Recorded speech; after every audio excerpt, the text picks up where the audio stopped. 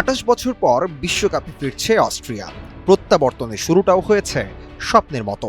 জর্ডানের বিপক্ষে ৩-১ গোলে জয় পেয়েছে রাল্ফ রানিংকের দল।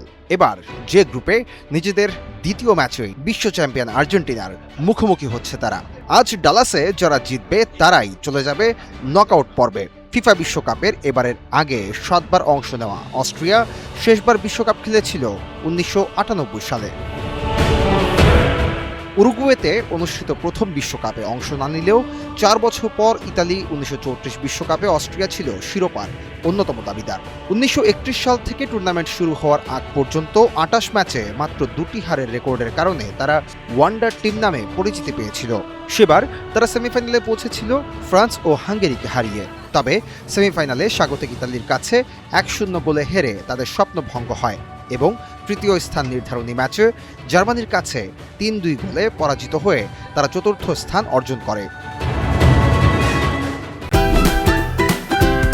Optical brighter photo catalyst active granule সমৃদ্ধ বসুন্ধরা পাওয়ার ওয়াশ, ঝলমলে কাপড়ে ফুরফুরে মন।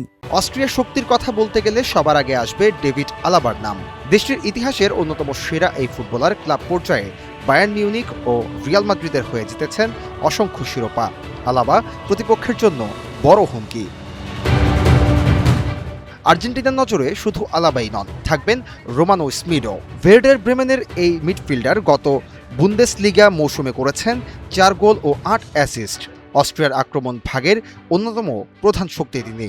মাঝমাঠ থেকে খেলার গতি নিয়ন্ত্রণে পাশাপাশি সুযোগ তৈরি ও গোল করার সামর্থ্যও রয়েছে তার। তাই মেসিদের বিপক্ষে অস্ট্রিয়া যদি চমক দেখাতে চায় তাহলে আলাবার অভিজ্ঞতা ও স্মিডের সৃজনশীলতাই হতে পারে তাদের সবচেয়ে বড় ভরসা। দুটি প্রীতি ম্যাচে আর্জেন্টিনা ৬ গোল দিয়ে খেয়েছে ২ গোল। এবার অস্ট্রিয়ার বিপক্ষে অপরাজিত দলটি জয়ে ফিরতে পারে কিনা সেটাই দেখার অপেক্ষা। অবশ্য দুই দলের মধ্যে একটি নন অফিসিয়াল ম্যাচও হয়েছিল ১৯৯৬ সালের ২৫ জুন। ১-০ গোলে জিতেছিল অস্ট্রিয়া।